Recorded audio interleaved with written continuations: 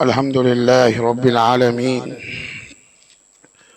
والصلاة والسلام على أشرف الأنبياء والمرسلين سيدنا وحبيبنا محمد وعلى آله وأصحابه أجمعين، أما بعد. فقد قال الله تعالى في محكم التنزيل والفرقان المجيد بعد أعوذ بالله من الشيطان الرجيم. بسم الله الرحمن الرحيم. لقد كان لكم في رسول الله أسوة حسنة. صدق الله مولانا العظيم. عن أنس رضي الله تعالى عنه قال قال رسول الله صلى الله عليه وسلم: لقد أخفت في الله وما يخاف أحد، ولقد أوذيت في الله وما يوذى أحد، إلى آخر الحديث. صدق رسول الله صلى الله عليه وسلم. அன்புக்குரிய பெரியார்களே, சகோதரர்களே, ரபியுல் அவ்வல் வசந்தத்தின் ஆரம்பம் என்று அர்த்தமுடைய ஒரு மாதத்தில் நாம் எல்லோரும் அமர்ந்து கொண்டிருக்கிறோம். மக்களுக்கு நபியுடைய ஷமாயில், நபியுடைய வாழ்க்கை வரலாறுகளை பற்றி மக்கள் மயப்படுத்துவதும் உலமாக்களுடைய பொறுப்பென்ற ரீதியில் கல்முனை அகில இலங்கை ஜமியத்துல் உலமாவும் 2 பள்ளிவாசல்களில், சென்ற வருடம் ரஹ்மான் பள்ளிவாசலில் மாத்திரம் நடைபெற்றது. இந்த வருடம் 2 பள்ளிவாசல்களை தெரிவு செய்வோம் என்று சொல்லி ரஹ்மான் பள்ளிவாசல்களிலேயும் ஹாமி பள்ளிவாசலிலேயும் நபியுடைய ஷமாயிலை பற்றி மக்கள் மயப்படுத்தப்பட்டு கொண்டிருக்கிறது.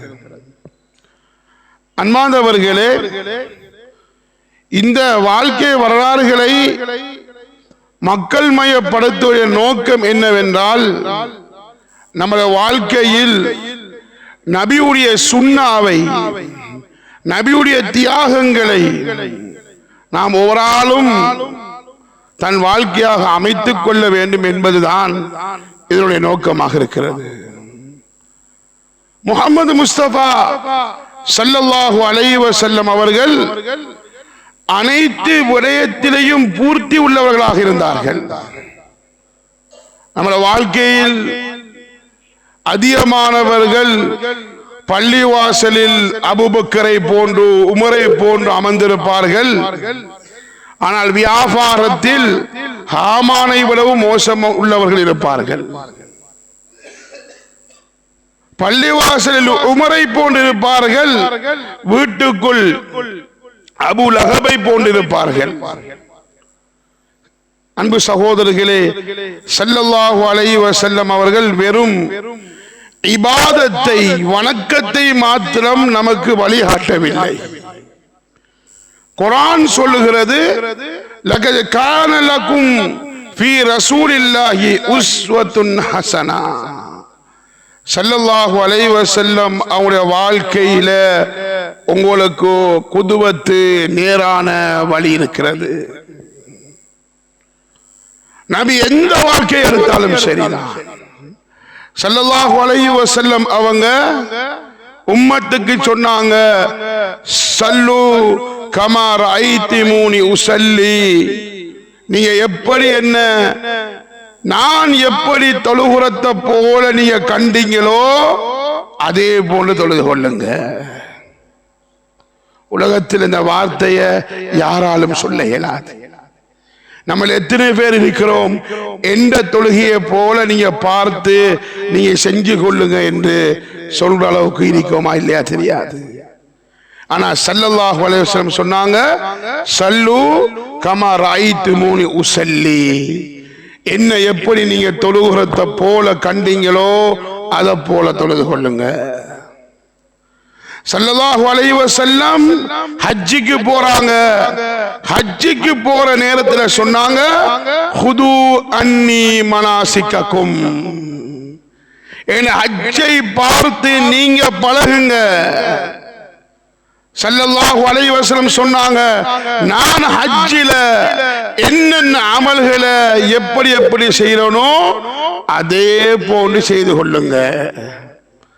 அன்பு சகோதரர்களே, ஸல்லல்லாஹு அலைஹி வஸல்லம் அவங்க இந்த இபாதத்துல மாத்திரம் வழிகாட்டல்ல, அதே முஹம்மது முஸ்தபா ஸல்லல்லாஹு அலைஹி வஸல்லம் அவங்க உம்மத்துக்கு சொன்னாங்க, ஹியாருக்கும் ஹியாருக்கும் லிஅஹ்லிக்கும்,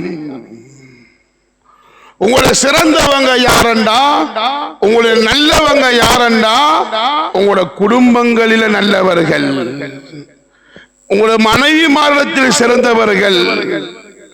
அனா கைருக்கும் லிஅஹ்லி, அங்க வழிகாட்டுறாங்க, நான் எந்த குடும்பத்தில் சிறந்தவனாக இருக்கிறேன் என்று ஸல்லல்லாஹு அலைஹி வஸல்லம் அவங்க சொன்னாங்க. குடும்பத்திலையும் வழிகாட்டினாங்க. குடும்பத்தோட முடியல, நபியுடைய கொடுக்கல் வாங்கல் எப்படி இருந்தது, நபியுடைய கொடுக்கல் வாங்கலுடைய தன்மையை பார்த்து பட்டம் சூட்டினார்கள். நபி அஸ்-சாதிக், உண்மை சொல்லக்கூடியவர். நபியுடைய அந்த கொடுக்கல் வாங்கலின் நியாயத்தை வைத்து கதீஜா ரலியல்லாஹு தஆலா அன்ஹா, நான் முடிப்பதாக இருந்தால் முஹம்மது ஸல்லல்லாஹு அலைஹி வஸல்லம் அவரைத்தான் திருமணம் முடிக்கணும் என்று சொன்னாங்க. நபியுடைய அக்லாக் எப்படி இருந்துச்சு? ஒரு மனிதன் உலகத்தில் 4 விஷயத்துல திருப்பத்தை உண்டு வளர்த்தினால்தான் அல்லாஹ்விடத்தில் இவன் நல்லவனாக மாற முடியும். உன்னுடைய இபாதத் வணக்கங்களிலே சிறந்தவனாக மாறணும், முஆமலாத் கொடுக்கல் வாங்கலிலே சிறந்தவனாக மாறணும், முஆஷராத் குடும்ப வாழ்க்கை. சிலாக்கல்ல குடும்ப வாழ்க்கையில 0, மனைவியரத்தில் சிறந்த, அது மனைவியை ஏதோ ஒரு விதத்தில் அவங்களை வழிநடத்துற. ஸல்லல்லாஹு அலைஹி வஸல்லம் அவங்க மனைவி மாரத்தில் 11 மனைவிமார் ஸல்லல்லாஹு அலைஹி வஸல்லம் அவங்களுக்கு 12 வருஷம் ஸல்லல்லாஹு அலைஹி வஸல்லம் கதீஜா ரலியல்லாஹு தஆலா அன்ஹாவுடைய மாத்திரம் தான் 12 வருஷம் வாழ்ந்தாங்க. ஏனே மனைவிமாரிடத்தில் ஸல்லல்லாஹு அலைஹி வஸல்லம் 12 வருஷத்துக்கு கீழே தான் வாழ்ந்தாங்க. ஆயிஷா சித்திகாவுடன் ரலியல்லாஹு தஆலா அன்ஹா 9 வருஷம் மட்டும்தான் வாழ்ந்தாங்க. 9 வருஷம். அந்த மனைவிமாரு ஸல்லல்லாஹு அலைஹி வஸல்லம் அவங்கள எங்கேயாவது ஒரு ஹதீஸ்ல எங்கேயாவது ஒன்றுல அந்த நபியுடைய மனைவிமாரு இவர் கெட்டவர் நவுதுபில்லாஹ் எங்களுடன் இப்படி நடந்தார் என்ற வரலாற்றை உலகம் அழிஞ்சாலும் யாரும் எடுத்து கொண்டு வர முடியாது. நபியுடைய குடும்ப வாழ்க்கை அப்படித்தான் இருந்துச்சு. நான் பின்னால வரும் நபியுடைய குடும்ப வாழ்க்கையில ஸல்லல்லாஹு அலைஹி வஸல்லம் நாம் எதிர்பார்த்ததை போன்று வாழ்ந்தாங்களா?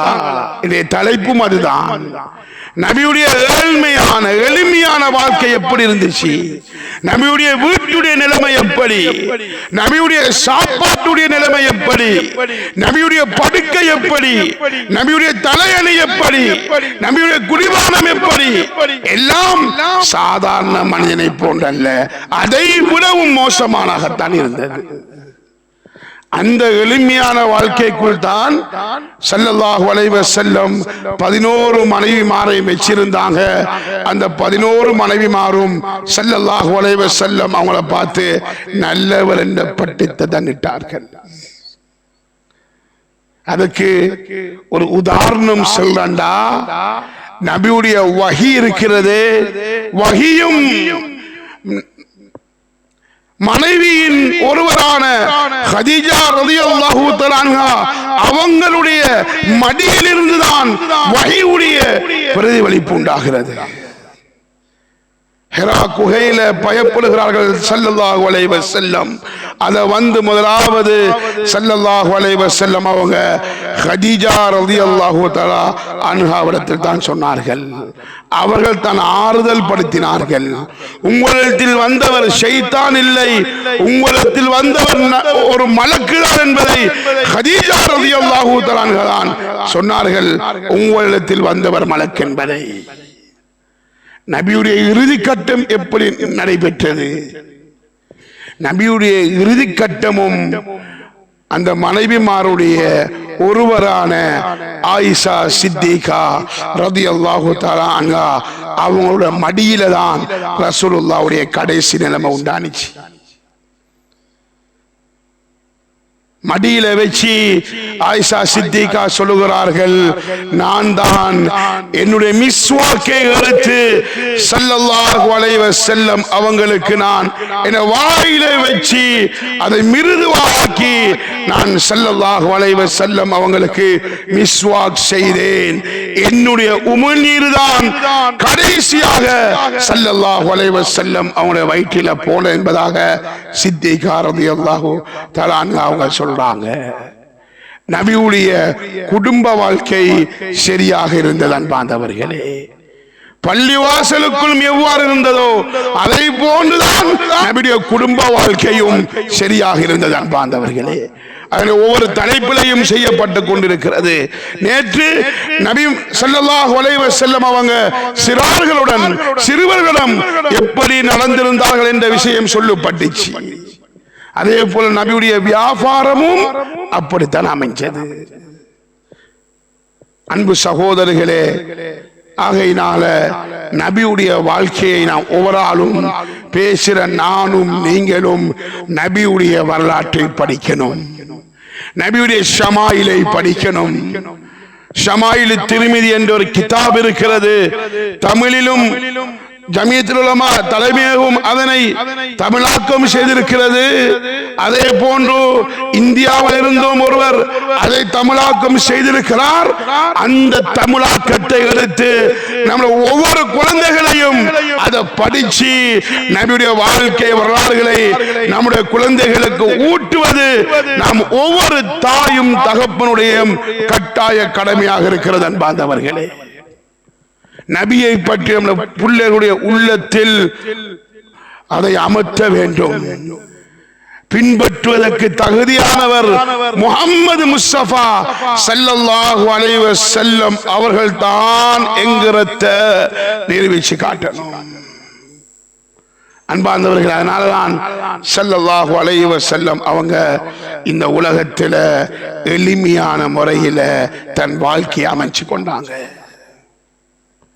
நபியுடைய வீடு எப்படி இருந்துச்சு? குர்ஆனில் அல்லாஹ் நபியுடைய வீட்டை ஹுஜராத் அறைகள் என்பதாகத்தான் அல்லாஹ் சொல்லுகிறான். அறைகள். ஸல்லல்லாஹு அலைஹி வஸல்லம் அவருடைய ஆயிஷா சித்திகா ரலியல்லாஹு தஆலா அன்ஹா அவருடைய வீடு எப்படி? 4 மையத்துகள் அடக்கம் செய்த இடம்தான் ஆயிஷா சித்திகாவுடைய வீடாக இருந்தது. நாம் போய் சலாம் சொல்றோம், மதீனாவுல போய் ரவுலாவுல போய் சலாம் சொல்றோம். ஸல்லல்லாஹு அலைஹி வஸல்லம் பக்கத்தில் அபூபக்கர் சித்தீக், அதுக்கு பிறகு உமர் இப்னு கத்தாப் ரலியல்லாஹு தஆலா அன்ஹும், மூணாவதாக நான்காவதாக ஈசா நபியும் அந்த இடத்தில் அடக்கம் செய்யப்படுவாங்க என்று வரலாறு சொல்லப்படுகிறது. இந்த 4 மையத்துகள் ஜனாசாக்கள் அடக்கம் செய்கிற இடம்தான் ஸல்லல்லாஹு அலைஹி வஸல்லம் அவருடைய வீடாக இருந்தது.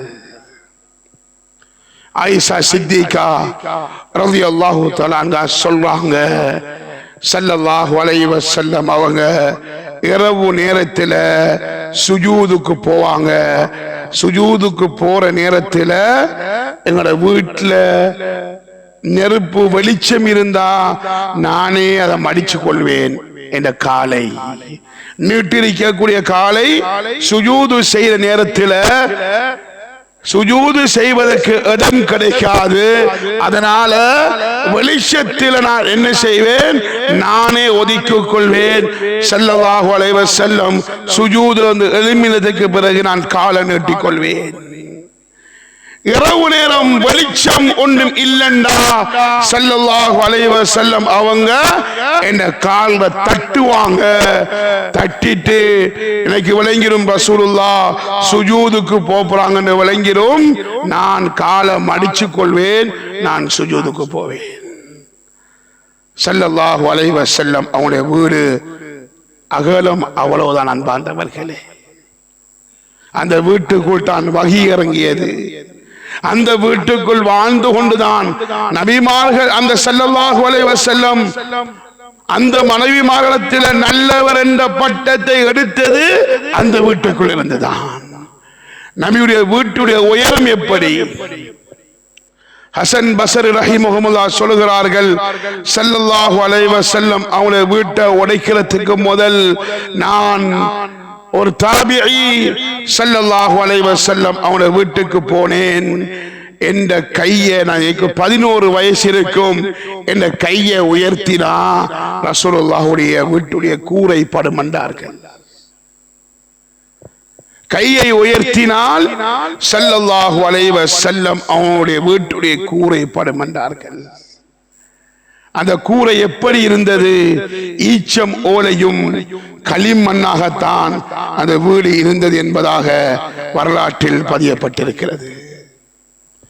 அன்பு சகோதரர்களே, சயீத் இப்னு முஸையப் ரஹ்மத்துல்லாஹி அலைஹி சொல்கிறார்கள், வலீத் இப்னு அப்துல் மலிக் என்ற அந்த மன்னன் ஸல்லல்லாஹு அலைஹி வஸல்லம் அவருடைய வீட்டை உடைக்காமல் இருந்திருந்தால் அந்த வீட்டை பார்த்து ஒவ்வொரு தலைவர்களும், ஒரு தலைவர் உலகத்தில் எப்படி இருக்க வேண்டும் என்பதற்கு படிப்பினையாக இருந்திருக்கும் என்று சயீத் இப்னு முஸையப் ரஹ்மத்துல்லாஹி அவர்கள் கூறுகிறார்கள். அன்பார்ந்தவர்களே, அன்பு சகோதரர்களே, ஸல்லல்லாஹு அலைஹி வஸல்லம் நம் தலைவர், ரஹ்மத்துல் ஆலமீன், உலகத்துக்கு ரஹ்மத்தாக அனுப்பப்பட்டவர்.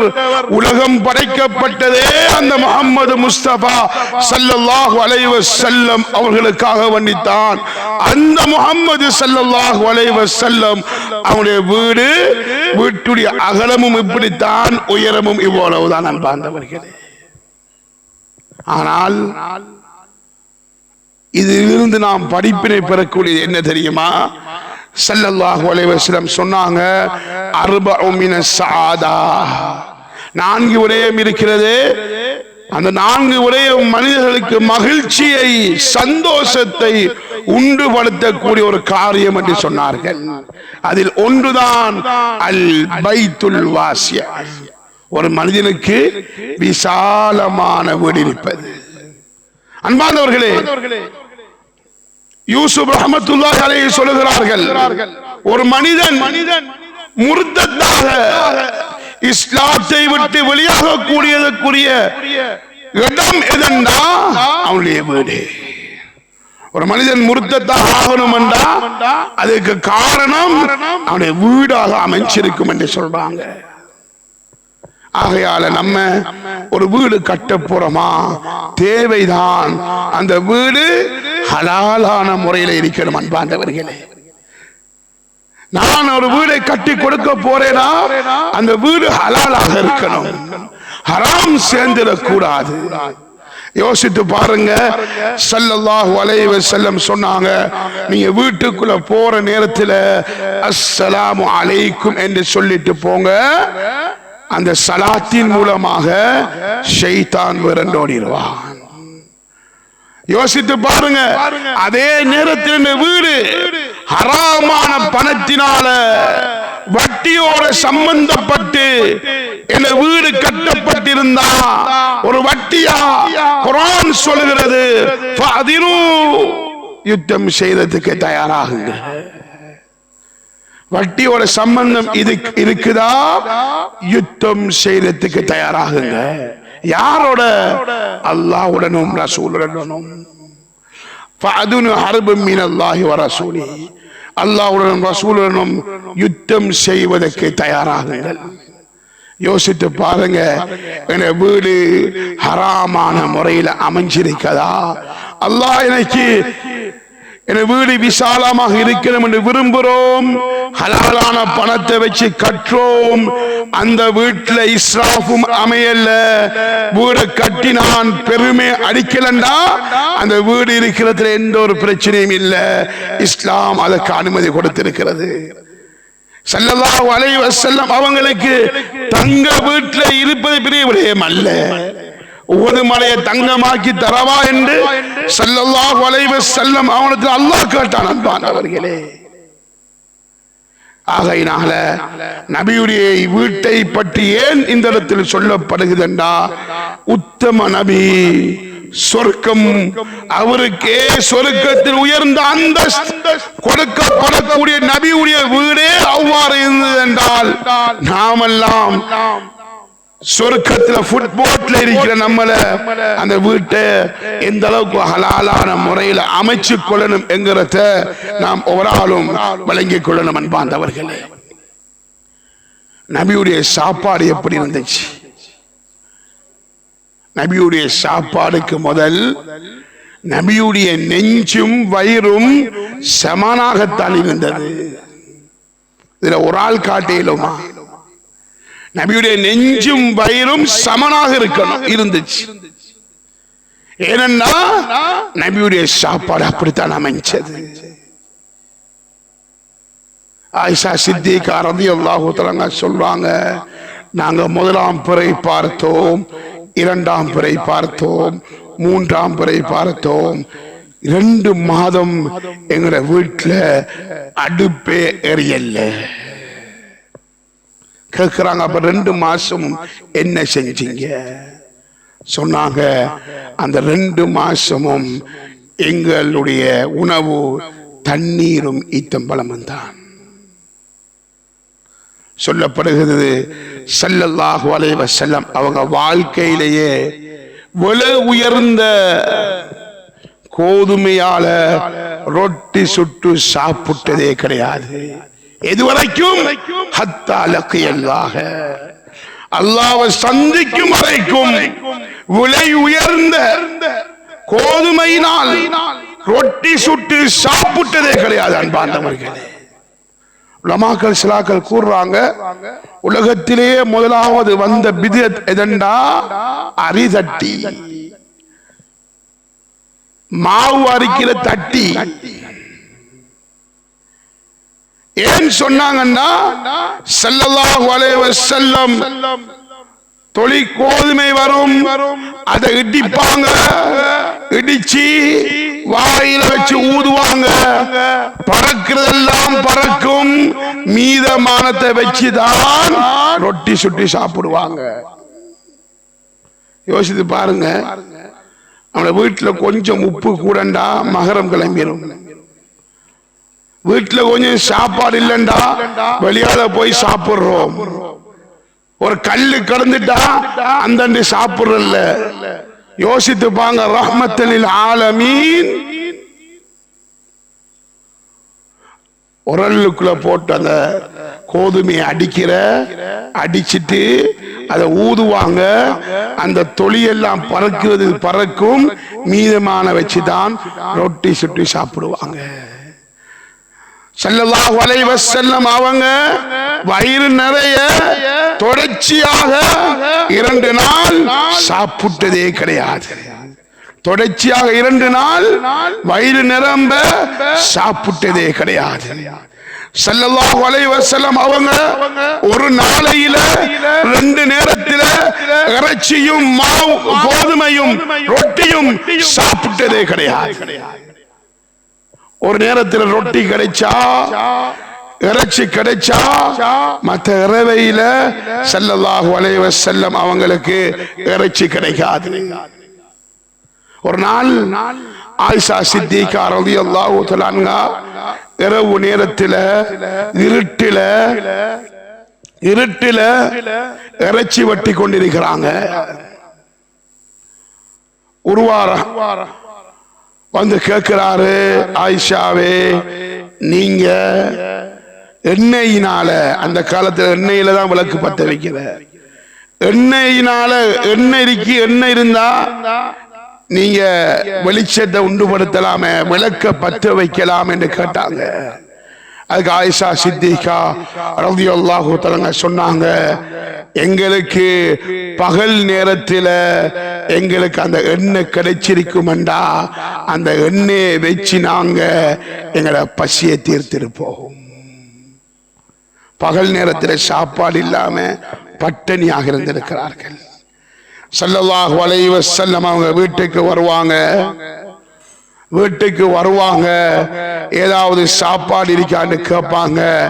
சாப்பாடு இல்லைன்னு சொல்லப்பட்டா இன்னி லஸாயிமுன், நான் இன்னைக்கு நோன்பு பிடிச்சிட்டேன் என்று நியத்தை வச்சு கொள்வாங்க. அனஸ் ரலியல்லாஹு தஆலா சொல்றாங்க, லகது உகிஃப்து ஃபில்லாஹ் ஸல்லல்லாஹு அலைஹி வஸல்லம் சொன்னாங்க, இந்த உலகத்தில் நான் பயமுறுத்தாட்டப்பட்டேன், என்னை பயமுறுத்தாட்டப்பட்டதை போன்று உலகத்தில் வேற யாருக்கும் பயமுறுத்தாட்டப்படல. லகது ஊதித்து ஃபில்லாஹ், நான் அல்லாஹ்வுக்காக வேண்டி நோவினை செய்யப்பட்டிருக்கிறேன். வலயூல அஹதுன், நான் நோவினை செய்யப்பட்டதை போன்று இன்னும் ஒருவர் உலகத்தில் நோவினை பட்டதே கிடையாது சொல்லிவிட்டு சொன்னாங்க, வமாலி வ பிலால், எனக்கும் பிலாலுக்கும் 30 நாளைக்கு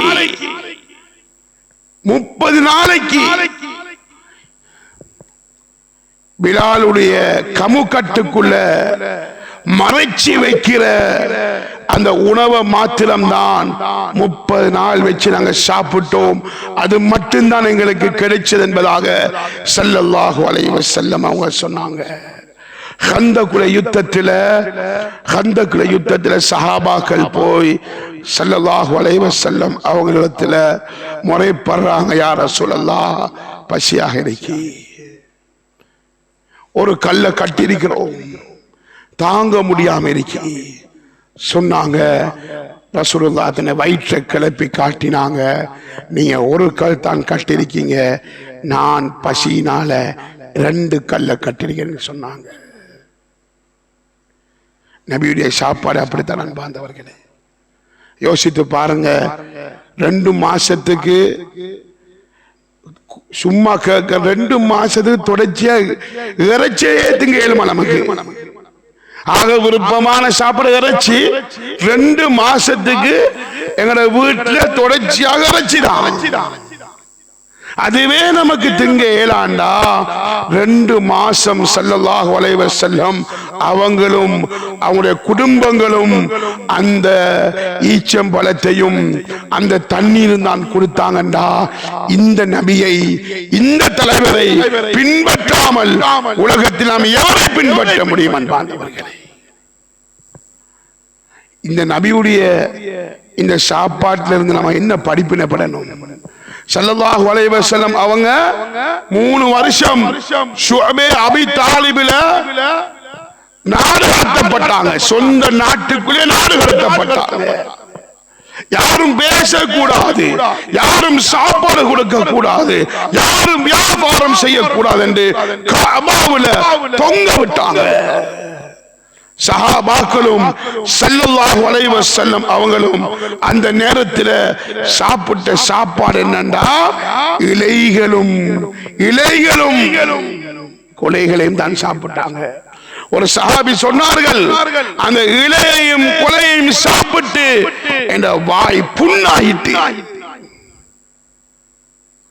அன்பு சகோதரர்களே, நல்லவர்களே, பேசுறது எனக்கும் உங்களுக்கும் தான்.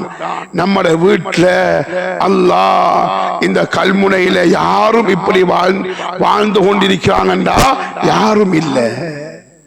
ஏதோ ஒன்றோ 3 நேரமும் சாப்பிட்டு கொண்டுதான் இருக்கிறோம். இதை நம்ம என்ன படிப்பினை பெறணும்? என்ற சாப்பாட்டில இஸ்ராஃப் இருக்கக்கூடாது, வீண் விரயம் இருக்கக்கூடாது. என சாப்பாடு எளிமையாக ஆக்கிக் கொள்ளணும். அன்பார்ந்தவர்களே, இஸ்லாம் எப்பையும் நடுத்தரத்தை தான் விரும்பும். கைருல் உமூர் அவ்சாத்துஹா, விடயங்களில் சிறந்தது நடுத்தரம். ஒரு திருமணம் முடிக்க போறோமா, அந்த திருமணத்துடைய செலவையும் ஸல்லல்லாஹு அலைஹி வஸல்லம் சொன்னாங்க. எந்த திருமணத்தில செலவு குறைவாக இருக்கிறதோ அந்த வீட்டு அந்த திருமணத்தில அல்லாஹ் பரக்கத்தை உண்டுபடுத்துவான். சும்மா நம்ம பார்க்கிறேன்டா, ஸல்லல்லாஹு அலைஹி வஸல்லம் அவங்களோட நிலைமையை பார்க்கிறேன்டா, பலஸ்தீனுடைய மக்களை இப்ப பார்க்கலாம். பலஸ்தீன் மக்கள், காசா மக்கள் சாப்பாடு இல்லாம தவிக்கிறாங்க. 2 கிழமைக்கு முன்னால ஜும்மா ஓதப்படுகிறது. இமாம் 2 நிமிஷம் நினைக்கிறது, 3 நிமிஷத்தோட ஜும்மா முடிஞ்சு. என்ன ஜும்மா? நானும் பசியாக இருக்கிறேன், பசியின் காரணமாக எனக்கு ஜும்மா ஓதுவதற்கு முடியாமல் இருக்கிறது. நீங்களும் பசியினால இருக்கிறதுனால என்ன ஜும்மாவை கேட்கறதுக்கு உங்களுக்கும் சக்தி இல்லாம இருக்கிறது. இவ்வளவுதான் ஜும்மா. பலஸ்தீனத்துல பசியால, பட்டினியால சிறார்களும் பெரியார்களும் மூத்தவர்களும் பசியினால ஆகப்பட்டு கொண்டிருக்கிறாங்க. அப்ப நம்ம யோசிக்கணும், அல்லாஹ் எனக்கு ரிஸ்க தந்திருக்கிறான், இந்த சாப்பாடை தந்திருக்கிறான், அல்லாஹ்வுக்கு ஷுக்ர் செய்யணும், நன்றி செலுத்தணும். நன்றி செலுத்தி அந்த சாப்பாடை வீண் விரயமாக்க கூடாது. அன்பானவர்களே, யாரெல்லாம் சாப்பிடுறதுக்கு கஷ்டப்படுறாங்களோ அவங்களுக்கு அந்த சாப்பாடை கொண்டு கொடுக்கிற அந்த ஈமானும் நமக்குள்ள வரணும். அன்பார்ந்தவர்களே, நபியுடைய படுக்கை எப்படி இருந்துச்சு? ஒரு நேரம் ஸல்லல்லாஹு அலைஹி வஸல்லம் அவங்கள பார்க்கிறதுக்கு உமர் இப்னு கத்தாப் ரலியல்லாஹு தஆலா வருகிறார்கள். ஸல்லல்லாஹு அலைஹி வஸல்லம் ஈச்சம் ஓலையினால தைக்கப்பட்ட பின்னப்பட்ட அந்த பாயில தூங்குறாங்க. தூங்கி எழும்புறாங்க. அந்த ஈச்ச ஓலையுடைய அந்த அடையாளம் ஸல்லல்லாஹு அலைஹி வஸல்லம் அவங்கள முதுகுல பதியப்பட்டிருக்கு. இத பார்த்த உடனே உமர் ரலியல்லாஹு தஆலா அழுகுறாங்க. அழுகிட்டு கேட்கிறாங்க, என்ன உமர் அழுகுறீங்க? சொன்னாங்க, யா ரசூலல்லாஹ், கிஸ்ரா கைசருடைய மன்னர்கள் எல்லாம் பஞ்சு மெத்தையில தூங்கி கொண்டிருக்கிறாங்க, நீங்க இந்த ஈச்சம் ஓலையில தூங்குறீங்களே. ஸல்லல்லாஹு அலைஹி வஸல்லம் சொன்னாங்க, மாலி வலி துன்யா, எனக்கும் இந்த துன்யாவுக்கும் என்ன சம்பந்தம் இருக்கிறது? நான் ஒரு பிரயாணியை போன்று வந்திருக்கிறேன், என்னோட பிரயாணம் முடிந்து விட்டால் நான் சென்று விடுவேன் என்ற வார்த்தையை பாவிச்சாங்க. அன்பார்ந்தவர்களே, நபியுடைய தலையணை எப்படி இருந்துச்சென்றா, நபியுடைய தலையணை ஈச்சம் நாறுகளை கொண்டுதான் ஸல்லல்லாஹு அலைஹி வஸல்லம் அவங்களுடைய தலையணை இருந்துச்சு. ஹப்ஸா ரலியல்லாஹு தஆலா சொல்றாங்க, ஸல்லல்லாஹு அலைஹி வஸல்லம் அவங்க சொன்னாங்க, ஒரு வீட்டுல 3 போர்வை தான், 3 பெட்ஷீட் தான் இருக்கணும். ஒன்று கணவனுக்கு, இன்னொன்று மனைவிக்கு, இன்னொன்று விருந்தாளிக்கு. 4வது ஒன்று இருக்கும் என்றா அது ஷைத்தான் வந்து தங்குறதுக்குரிய விரிப்பு என்று சொன்னாங்க. ஹப்ஸா ரலியல்லாஹு தஆலா சொன்னாங்க, ஸல்லல்லாஹு அலைஹி வஸல்லம் எங்க வீட்டுல வருவாங்க, எனக்கு ஒரு கம்பளி துணி இருந்துச்சு, அந்த கம்பளி துணியை நான் 2ஆக மடிச்சு ரசூலுல்லாஹ்வுக்கு விரிப்பாக போடுவேன். ரசூலுல்லாஹ் தூங்குவாங்க. ஒரு நாள் என்ன செஞ்சேன்னா, அந்த கம்பளிய 4ஆக மடிச்சேன். ஏன்? ஸல்லல்லாஹு அலைஹி வஸல்லம் அவங்களுக்கு இலேசாக இருக்கிறதுக்கு 4ஆக மடிச்சு போட்டேன். ஸல்லல்லாஹு அலைஹி வஸல்லம் தூங்கினாங்க. தூங்கி எழும்பி சொன்னாங்க, இந்த விரிப்பை போட்டது யாரு? ஹப்ஸா ரலியல்லாஹு தஆலா சொன்னாங்க, நான் தான். எனக்கு இப்படி போடாதீங்க, பழைய மாதிரி எப்படி இருந்துச்சோ அதை போல போட்டுக் கொள்ளுங்க. ஏனென்றா 4ஆக மடிச்சா அதுல சொய்சி உண்டாகிடும், பஞ்சாக மாறிடும் என்பதற்கு. அன்பு சகோதரர்களே, நல்லவர்களே, இந்த ஷமாயிலை தான் நாம் படிக்கணும் என்று சொல்றோம். இந்த நபியுடைய வாழ்க்கை தான். ஒரு நபி ஒரு நபி, ஒரு தலைவர், இந்த உம்மத்துக்கு வழிகாட்டியவர். இந்த உலகத்துக்கு சொல்லாத எதுவும் கிடையாது. இந்த உலகத்தில் சொல்லாத எது இருக்கிறது? அதனால அல்லாஹ் நபியுடைய ஒவ்வொரு விடயத்தையும் குர்ஆன்ல சொல்றான். அன்பார்ந்தவர்களே, நபி வாழ்ந்த ஊர் மக்கா. லா உஸ்மி பிஹாதல் பலத் வத்தீனி வஸ்ஸைத்தூன் வஹாதல் பலதில் அமீன். தீன் மரத்தின் மீது அல்லாஹ் சத்தியம் செய்துட்டு நபி வாழ்ந்த அந்த மக்காவை வைத்து அல்லாஹ் சத்தியம் செய்கிறான். நபியுடைய நெஞ்சை குர்ஆன் சொல்லுகிறது, அலம் நஸ்ரஹ் லக சத்ரக். நபியே, உங்களுடைய நெஞ்சை நாங்கள் விசாலப்படுத்தலையா? நபியுடைய நெஞ்சை அல்லாஹ் 4 தடவை ஜம்சம், அதுல கருத்து வேறுபாடுகள் இருக்கிறது, 4 தடவை அல்லாஹ் நபியுடைய நெஞ்சை கலத்தி ஜம்சம் தண்ணீரால் அல்லாஹ் கழுவினான். பாண்டவர்களே, நபியுடைய ஆத்மாவை பற்றி குர்ஆன் சொல்லுகிறது, லஅல்லக பாஹிஉன் நஃப்ஸக அல்லா யகூனு முஃமினீன். நபியே, இவங்க முஃமின்களாக ஆகாமல் இருக்கிறதுக்கு நீங்க உங்க ஆத்மாவை அழிக்க போறீங்களா? நபியுடைய பேச்சை பற்றி குர்ஆன் சொல்லுகிறது, நபி பேசுவதாக இருந்தா இல்லா வஹின் யூஹா. நபி பேசினால் அது வஹீதான். அந்த வஹீல் பொய் என்பதே கிடையாது. அன்பு சகோதரர்களே, நல்லவர்களே, இந்த நபியைத்தான் என்ற வாழ்க்கையில, என்ற வாழ்க்கைக்குள்ள அமைத்துக் கொள்ளணும்டா இந்த நபியுடைய வாழ்க்கையை தான் அமைத்துக் கொள்ளணும். என்ற வாழ்க்கை எப்படியும் எளிமையாக, வீண் விரயம் இல்ல, பெருமையும் இல்ல, தேவைக்கு என்ற வாழ்க்கையை அமைச்சுக் கொள்ளணும். அன்பார்ந்தவர்களே, ஆகையினால இந்த ஷமாயில் எல்லாம் சொல்ல போறதுடைய நோக்கம் 6வது நாள். இன்றைய நாள் இன்னும் 15 நாள் செய்யப்படும். குடும்பங்களை கூட்டிட்டு வாங்க. இந்த பள்ளி வாசல்ல பெண்களுக்கும் ஏற்பாடு செய்யப்பட்டிருக்கிறது. நீங்க உங்க நண்பர்களை கூட்டிட்டு வாங்க. இந்த வாலிப சமுதாயம் எப்போது நபியுடைய தியாகமும் நபியுடைய அன்பும் எப்போது உள்ளத்துக்குள் போகிறதோ அந்த நேரம்தான் நம்முடைய ஊர் செழிப்பாக மாறுவதற்கு காரணமாக அமையும் என்பதை மறந்து விடாதீங்க. நபியுடைய பிறந்த மாதமா? நபியுடைய பிறந்த மாதத்தில் லைட்டுகளையும் வெளிச்சங்களையும் ஊர்வலமும் போய்விட்டால் நான் நபி மீது அன்பு வச்சிருக்கிறேன், இரக்கம் வச்சிருக்கிறேன், எங்க அடிக்கிறதுக்கு யார் இருக்கு என்று சொல்வதல்ல நபியுடைய சுன்னா. அது ஆகுமா ஆகாதா என்பது ஒரு புறம். அதோட முடியல, அந்த நாளோட முடியல. இந்த வாழ்க்கையில நான் மௌத்தாகும் வரைக்கும் என்ன நபியுடைய சுன்னாவும் நபியுடைய செயலும் நபியுடைய தன்மையும் என் வியாபாரத்தில, என் குடும்பத்தில, என் அஹ்லாக்கில வருகிறதா என்கிறத ஒவ்வொரு நாளும் சிந்திக்கணும். ஸல்லல்லாஹு அலைஹி வஸல்லம் சொன்னாங்க, ஒரு காலம் ஒன்று வரும், அந்த காலத்தில் நபியுடைய ஒரு சுன்னாவை எடுத்தால் போதும், ஒரு சுன்னாவை எடுத்தால் போதும் 100 ஷஹீதுடைய நன்மை என்று சொன்னாங்க. அந்த காலத்தில் தான் நாம் வாழ்ந்து கொண்டு வருகிறோம். தீன் படைச்சவங்களும் தீனுக்கு அநியாயம் செய்யக்கூடியவர்களாக மாறி இருக்கிறார்கள். பாவமா? அந்த பாவம் இது பாவமா என்று சொல்ற அளவுக்கு மாறப்பட்டிருக்கிறது. இந்த நேரம் தான் ஹுதைஃபா ரலியல்லாஹு தஆலா அவங்க ஒரு விஷயத்தை சொன்னாங்க.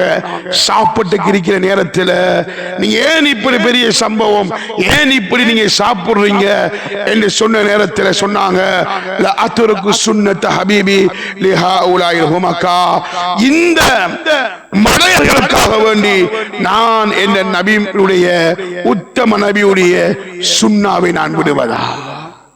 இதை ஒவ்வொரு ஆளும் உள்ளத்துல பதிக்க வச்சு கொள்ளுங்க, வீட்டுல கொளிய வைங்க. நான் யாருடைய தேவைக்காக வேண்டியும் என்ற நபியுடைய சுன்னாவை நான் விட மாட்டேன். என தாடியா அது நபியுடைய சுன்னா. மீசையை கத்தரிக்கிறது நபியுடைய சுன்னா. சுத்தமாக இருப்பது, அத்தர் பூசுவது, சுருமா பூசுவது நபியுடைய சுன்னா. வியாபாரம் ஹலாலாக அமைவது, அநியாயம் இல்லாமல் நடவது நபியுடைய சுன்னா. மனைவிமாரிடத்தில் சிறந்தவர்களாக அவன் ஆசையை உணர்வை உணர்ந்து அவர் ஆசைக்கு ஏற்ப பிரகாரம் வாழுவது சுன்னா. என் அக்லாக்கை சரியாக அமைச்சுக் கொள்வது சுன்னா. ஒரு மனிதனை பார்த்து சிரிக்கிறோம், ஒரு மனிதனை பார்த்து சிரிக்கிறோம், அந்த சிரிப்பையே ஸல்லல்லாஹு அலைஹி வஸல்லம் சதகா என்று சொன்னாங்க. பாந்தவர்களே, ஆகினால இந்த நபியுடைய வாழ்க்கையை எடுக்கிறதுக்கு தான் ஒவ்வொரு முயற்சிகளும் எடுக்கப்பட்டு கொண்டிருக்கிறது. அந்த அடிப்படையில் தான் உங்களோட பள்ளிவாசலுக்கும் ஒரு ஜமாத் ஒன்று வந்திருக்கிறது. அந்த ஜமாத்தும்